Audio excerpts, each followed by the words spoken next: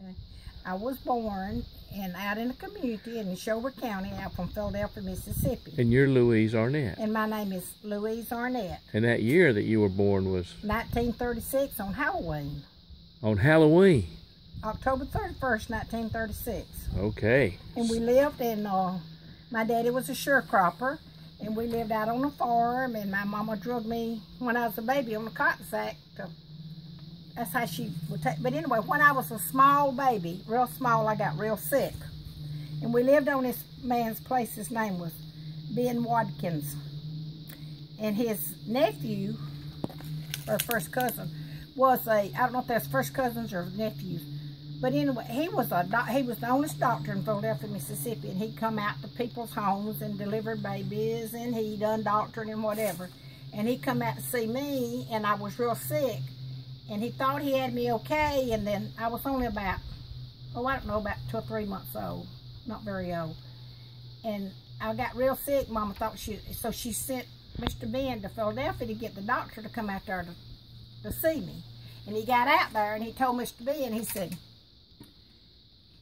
get your car, let's get your car, let's go. So we got to go to Meridian. And he told my mother, he said, you get in the back seat, I'm going to sit in the front seat with the baby. No, so you sit in the front seat, I'm getting in the back seat with the baby. Mama said, well, I'll hold the baby. He said, do what I said. Get in the car, let's go. And he told Mr. Ben, he said, and don't you even slow down when you get to Philadelphia. He said, I don't care what the speed limit is, or it might have been a red light, I doubt it might have been. But anyway, he said, don't even slow down when you get to Philadelphia. Hit Highway 19 and go straight to Mattie Hurst Hospital in Meridian, Mississippi. And we went, and at that time, it was a state highway, but it was a gravel road. And when they was going down the road, and he told Mr. Ben, he said, is this as fast as this car will go? And he said, well, I got my foot on the floorboard. He said, well, make a D hole in it then. He said, I'm going to lose this baby.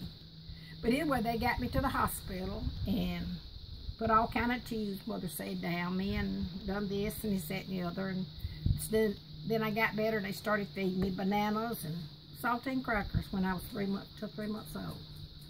And I was the healthiest baby my mother had after that. But your mother died early? My mother died at the age of 74. Oh, well, that's not early at all. No, she was 72. For some reason, you started cooking early because she was working in the field. Oh, my mother worked in the field, and I had 2 younger sisters. I was 6 years older than my baby sister, 4 years older than my middle sister, and I was being born in October. I didn't get to start school that fall, so I take care of my sisters. My youngest sister was born in August, and Mama worked in the field and helped Daddy in the field.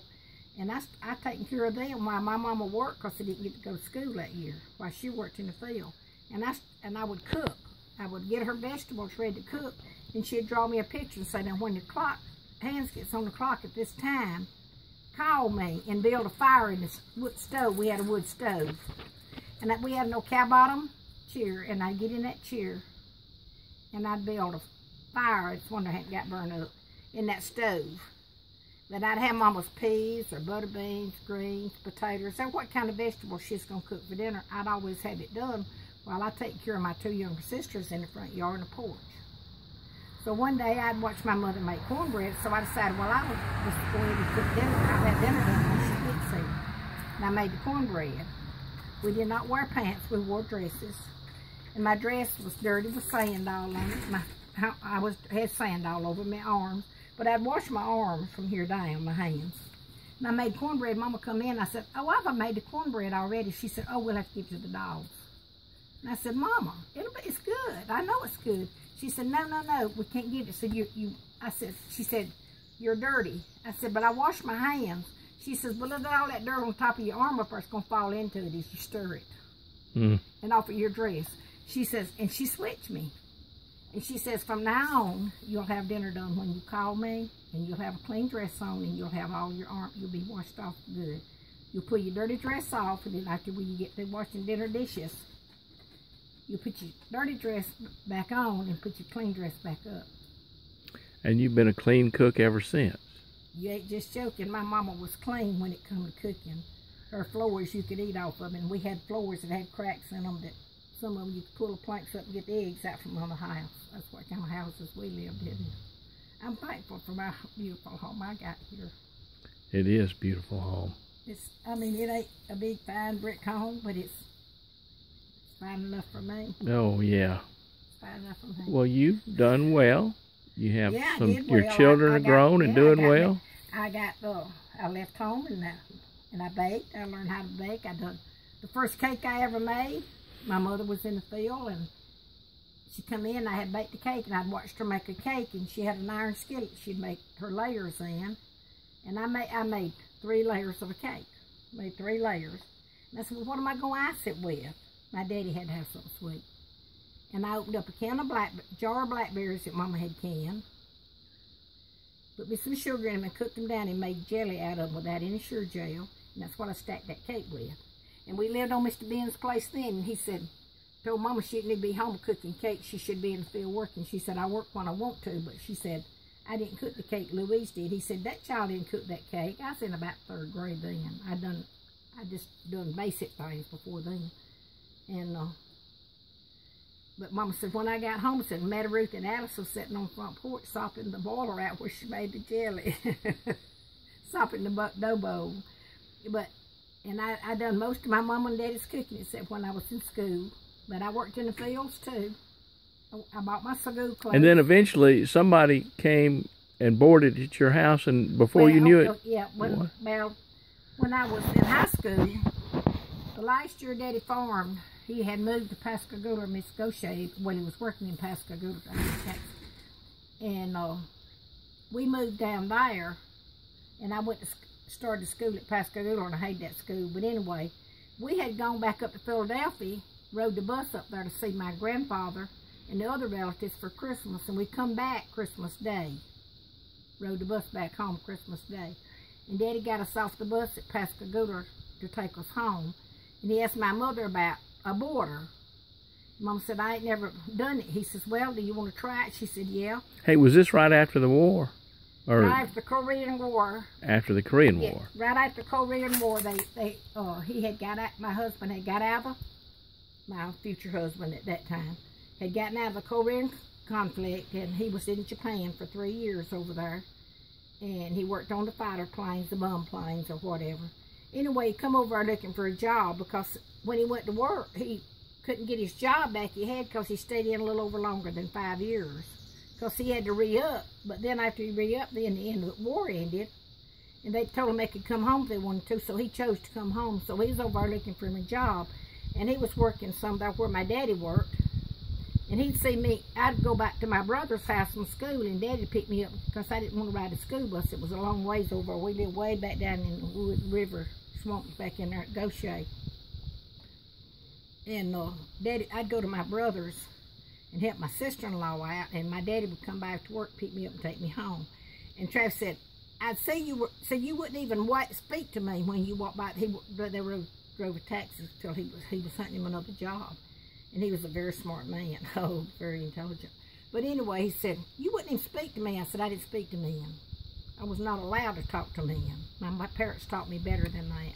But anyway, he wanted to board with us because he wanted to meet me. So when we come home, the 25th of December, he was working the nights, and my daddy was working the day shift at that time, so they was going to get on the same shift so they could ride back and forth if he boarded with us. So he come home early that morning, a little bit earlier than usual. And my daddy, if he told me to do anything, he said, sister, do you mind doing so-and-so? And that meant do it. So anyway, my mother was sick. She wasn't feeling real well. And me and my 2 sisters were sleeping in the bedroom together, and we'd give up our bedroom for him to have. And my daddy, he'd give his shirt off his back to anybody because he was an orphan. But anyway, he knocked on the door. He said, oh, my Lord, that boy's come in. He said, he's hungry. He said, sister, would you get up and cook the man some breakfast? I said, yes, sir. He said, well, your mama don't feel good. So I got up and I met him in my robe. And I got up and I fixed him breakfast. Okay, he's worked all night. So Mama had a fryer there. So I cut the fryer up and I fried him some chicken and made him some biscuit. And I said, what else do you want? He said, I don't eat chicken. I said, oh, no. I said, what you want to eat? He said, sausage and biscuit. He said, I'll eat the biscuit. And I'll have sausage and grits and eggs, said, that's what I want. I said, okay. So I went in and I redone it, and I cooked it. In 14 days from that day, we got married. And we lived together 57.5 years. Had 3 children, raised a granddaughter. That's pretty awesome. That's quite a story. And I worked shift work in Montana for almost, I was working my 35th year when I retired. Mm. And when I was at home with my children. And I always had a big garden. Worked all my life. I don't do nothing but work. You didn't move to here until when? We moved here, we bought this place in June of 82 and moved here in December of 82. And then we had it all redone in 91 and 92, had it rebuilt. Just keep talking. I'm going to back off. You can walk in the house if you want to. You want to walk towards the house for me? This way? Mm-hmm. But anyway, we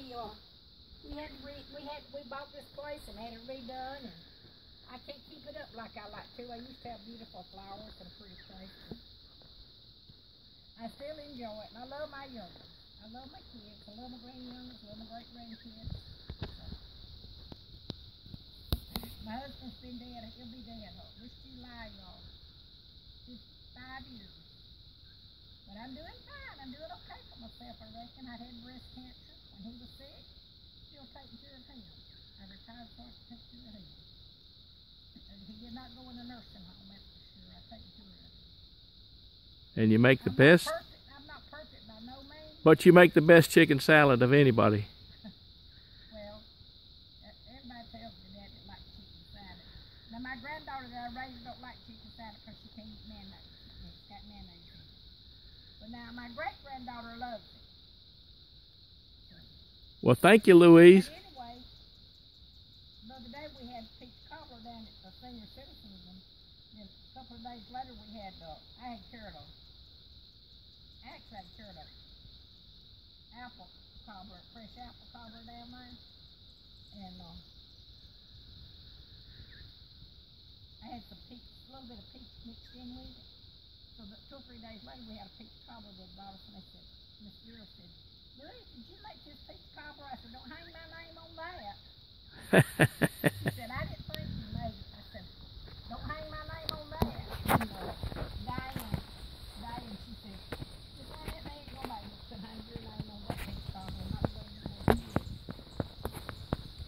But I cooked, I picked cotton, I bought my clothes to wear to school when I was growing up. My dad did not pay us to work in his field. We worked in other people's fields, and when I was 6 years old, I thought, well, I didn't start school till I was 7, but at nearly 7, I was almost 7 when I started school. But I still bought my school clothes by picking cotton. What school clothes I had, shoes. We didn't have a whole lot. By the time I was in the 5th grade, I was making my own clothes. My mama was legally blind. She could see how